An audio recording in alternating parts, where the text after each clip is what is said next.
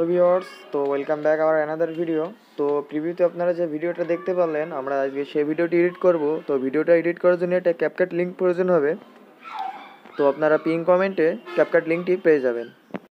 লিঙ্কে ক্লিক করার পর সরাসরি আপনাকে গুগল ক্রোম ব্রাউজারে নিয়ে আসবে। তো এখানে আসার পর ওপেন টিকটক এই লেখাটির ওপরে ক্লিক করুন। সরাসরি আমাদের টিকটকে নিয়ে আসবে। এবার ক্যাপকাট ট্রাই দিস টেমপ্লেট এই লেখাটির ওপর ক্লিক করুন। ক্লিক করার পর এবার ইউজ টেমপ্লেট ইন ক্যাপকাট এই লেখাটির ওপর ক্লিক করতে হবে।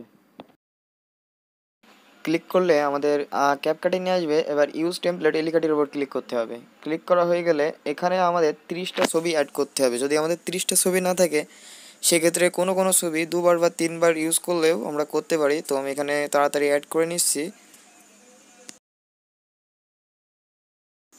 অ্যাড করা শেষ। এবার প্রিভিউ বাটনে ক্লিক করুন। প্রিভিউ বাটনে ক্লিক করার পর একটু টাইম নেবে।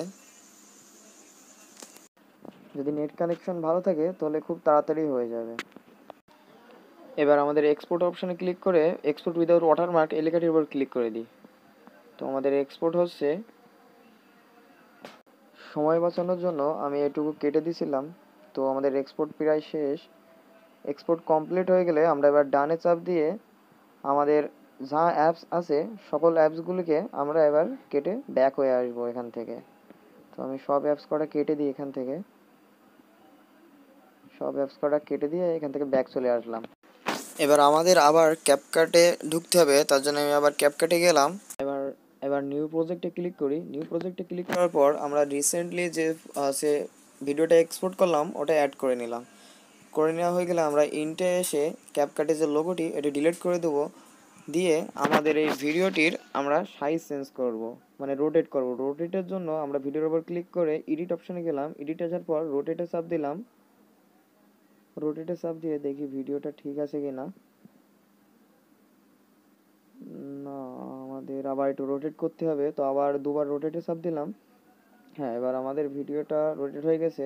এর আমরা সাইজ টিকটকের করার জন্য আমরা এবার ফরম্যাটে গেলাম, যে টিকটকের ফরম্যাটটা দিয়ে এবার এক্সপোর্ট করে নেব। এক্সপোর্টের জন্য না, আমাদের ভিডিওটা আর একটু ছোট হয়ে গেছে। তার জন্য আমরা ভিডিওর ওপরে চাপ দিয়ে ভিডিওটা একটু বড় করে নেব। তা ভিডিওর ওপরে চাপ দিয়ে 2 আঙুল দিয়ে ভিডিওটা টেনে আমরা ফ্রেমের যে কালো দাগ, ওই কালো দাগ বরাবর আমাদের ফ্রেমটা অ্যাডজাস্ট করে নেব। তো অ্যাডজাস্ট করে নিলাম। আপনাদের মতন আপনারা অ্যাডজাস্ট করে নেবেন। তো আমাদের অ্যাডজাস্ট করে হয়ে গেছে। হ্যাঁ, ভিডিওটা এবার কমপ্লিট। এবার তার জন্য এবার আমরা এক্সপোর্ট করে নেব। এক্সপোর্ট করে নিলে আমাদের ভিডিওটি কমপ্লিট। এক্সপোর্টের জন্য এবার এক্সপোর্টে ক্লিক করে ফ্রেম রেট 1080 করে দিয়ে মাঝখানের এটা 30 করে দেবো। নিচেরটা আপনার বাই ডিফল্ট যেটা থাকবে সেটাই থাক। দেওয়ার পরে আমরা এবারে এক্সপোর্ট অপশানে ক্লিক করে দেবো।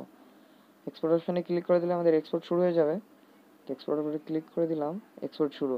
আর ক্যাপকাটে আসার পরে একটু স্লো কাজ করতে পারে র্যাম রোমের ওপরে।